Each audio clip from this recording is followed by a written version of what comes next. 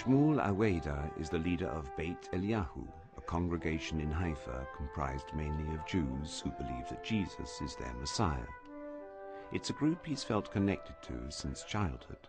They've been persecuted in Germany and in Poland and wherever, and almost killed because they were Jewish, and now they come to Israel, the Jewish state of Israel.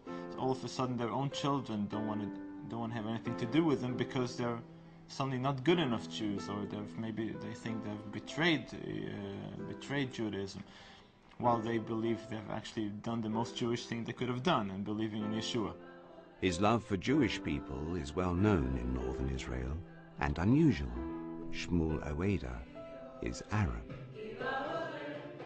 Some say he straddles two cultures. Shmuel sees it differently. My identity is first and foremost that I belong to Yeshua. We are brothers and sisters, and we don't look at our ID card checking if you're Arab or Jewish. So we don't check with all those external ethnical things. His personal beliefs extend to his personal life. His best friend, Danny Sayag, is a Jew. Yeah, I love Danny. He's a good friend. He used to stay at my place on Friday nights and stay over to Shabbat. So he used to come as a soldier, dressed with his uniform and his M16 gun, and stay at an Arab guy's place and go to the Shabbat service together. That was 17 years ago. Today, Shmuel and Danny bring their children together to play. Two cultures joined as one, embodying hope for the next generation. The fact that some of the children have an Arab father, the others have a Jewish father, for them it's not an issue. This should be understood as what it is, the true process of peace which God can make. It's not man-made. It's nothing politicians can make or create. There's nothing agreements or peace treaties can perform. It's just something that happens within people.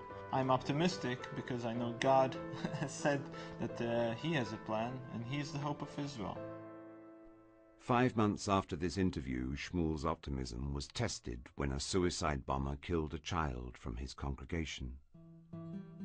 This last bomb blast in a bus in Haifa, where our dear Abigail, 14-year-old, was on her way back from school, had a tremendous impact. And we really felt what it means to be one family, and that when one part of the body is suffering, the whole body is aching. The congregation stood together, and the world watched as an Arab led a funeral service for Jews mourning the death of a Christian child.